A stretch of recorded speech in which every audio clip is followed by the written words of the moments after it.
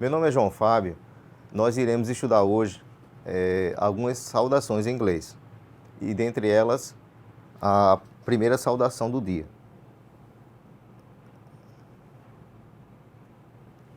The first greeting of the day.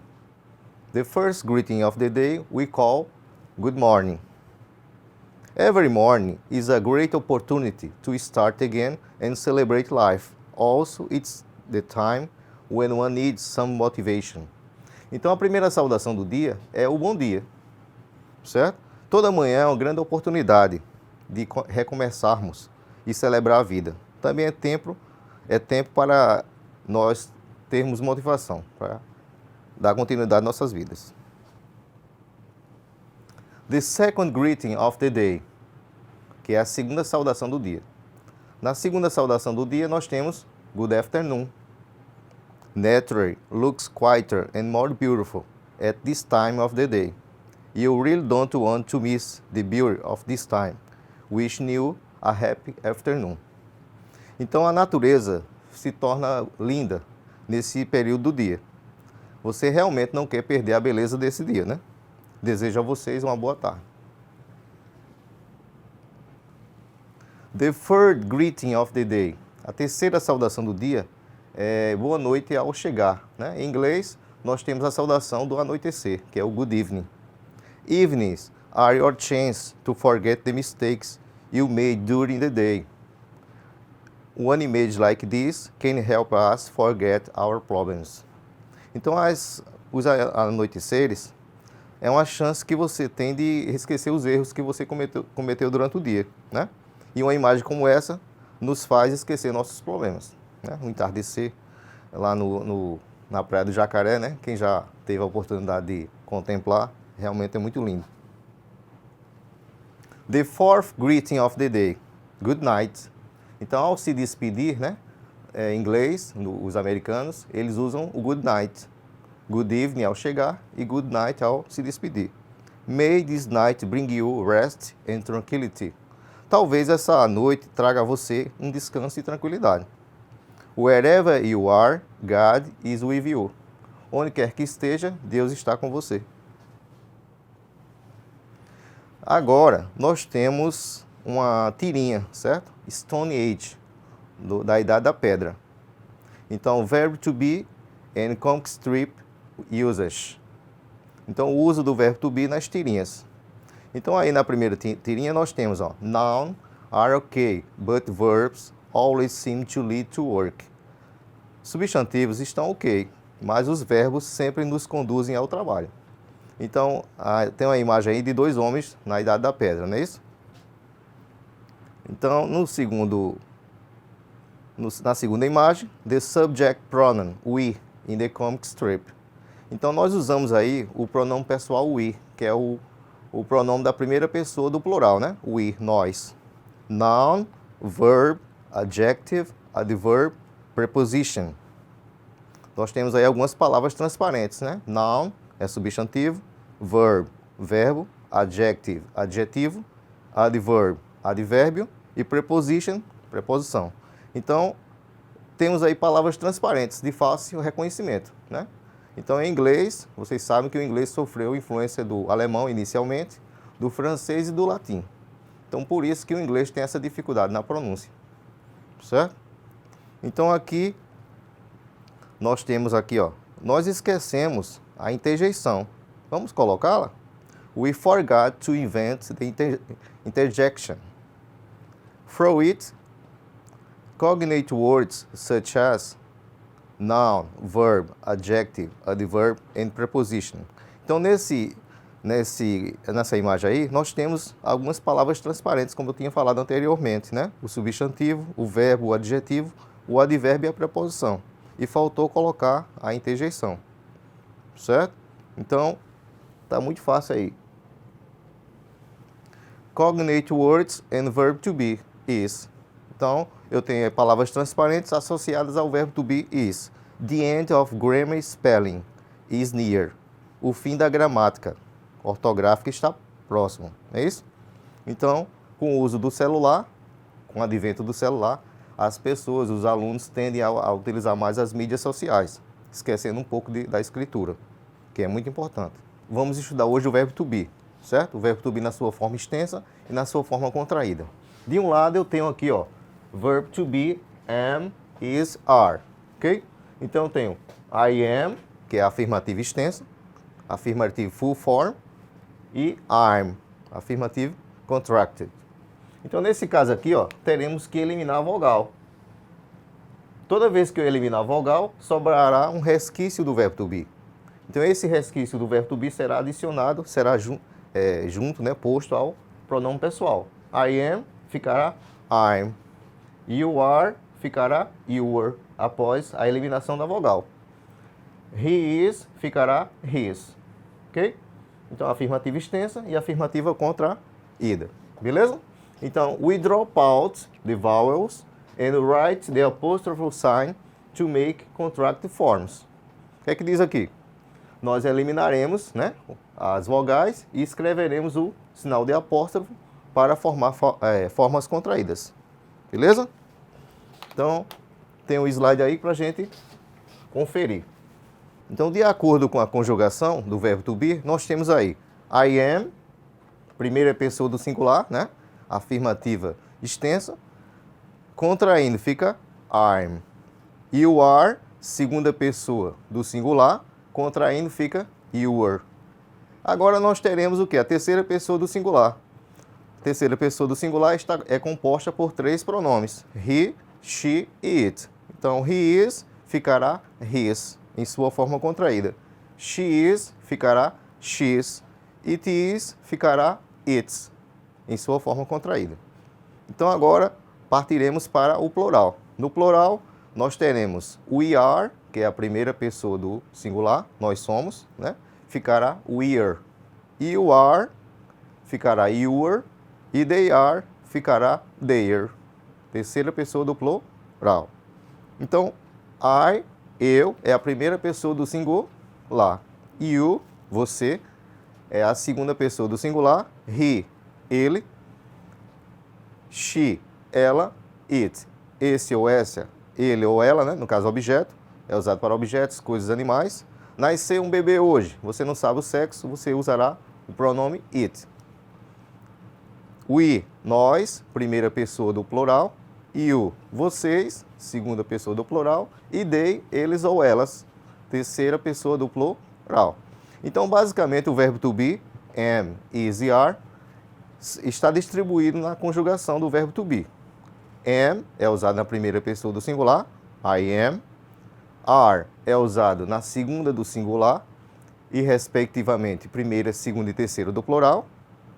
E o verbo is, que é o verbo do singular, que é usado na terceira pessoa do singular. He is, she is, it is.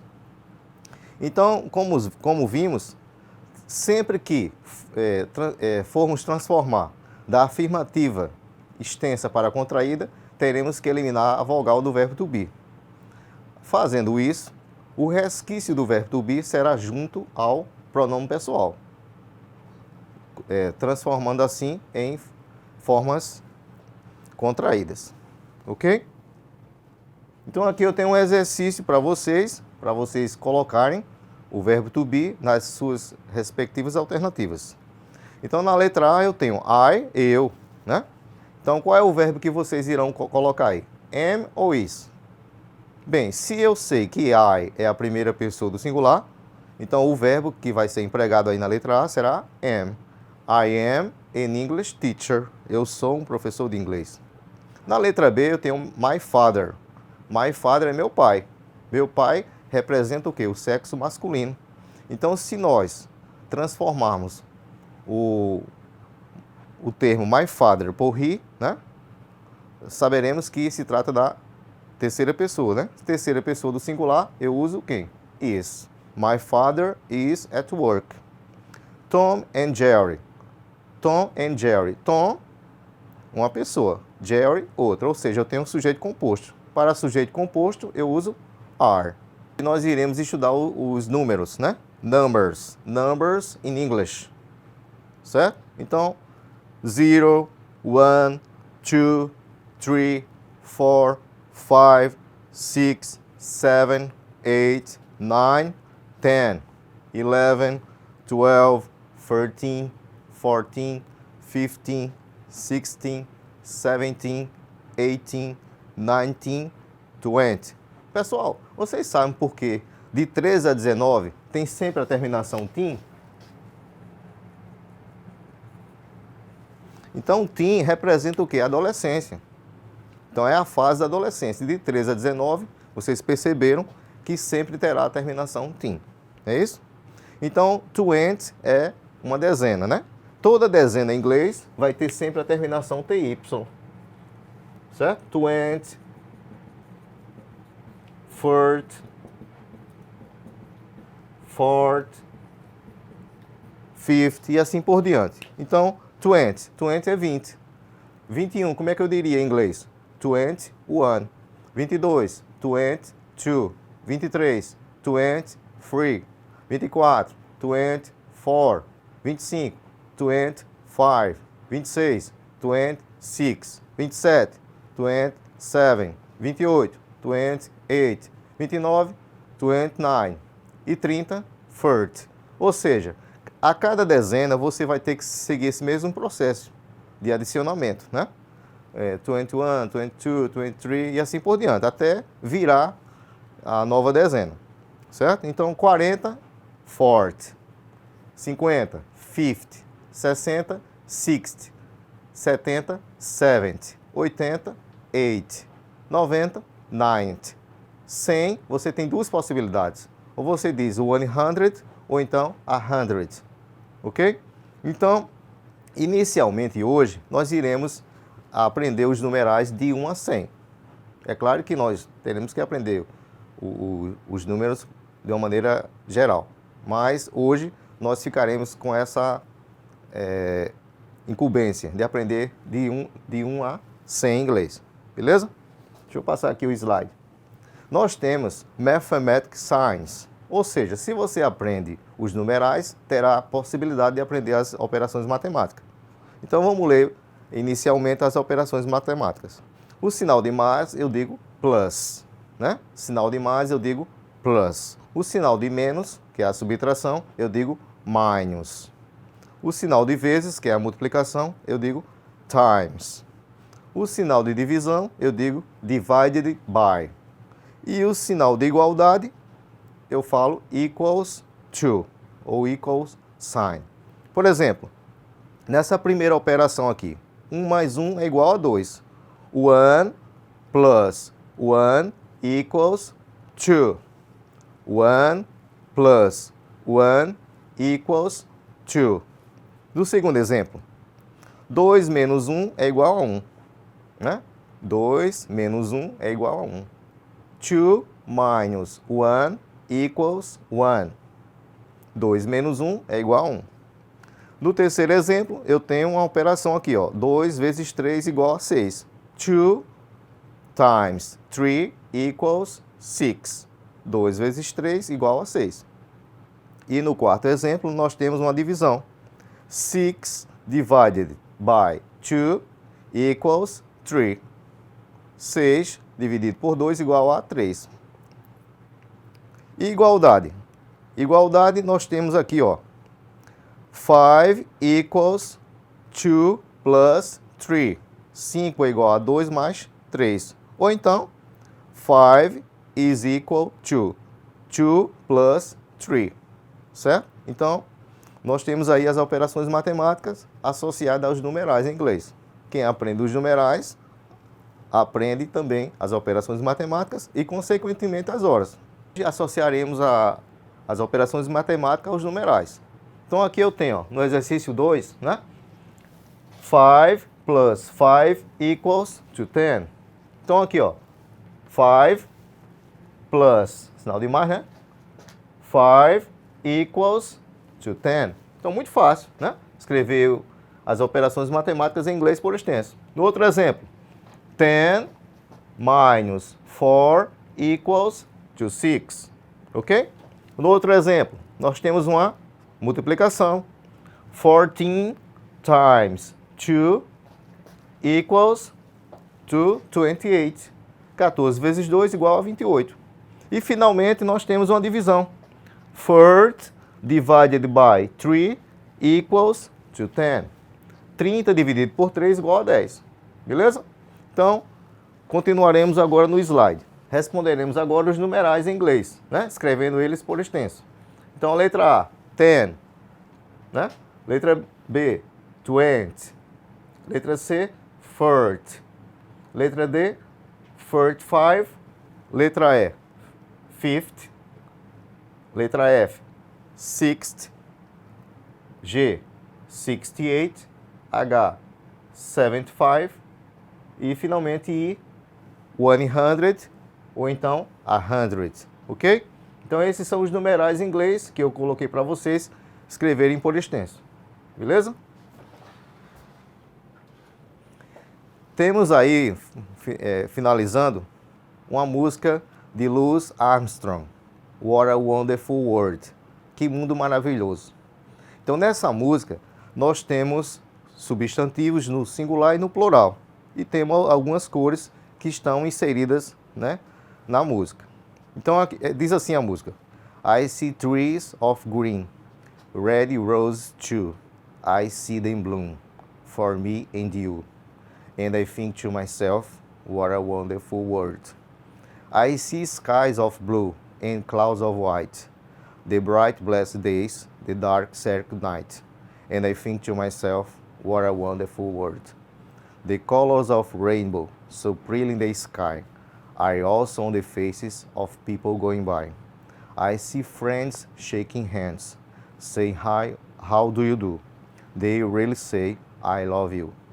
I hear babies crying, I watch them grow.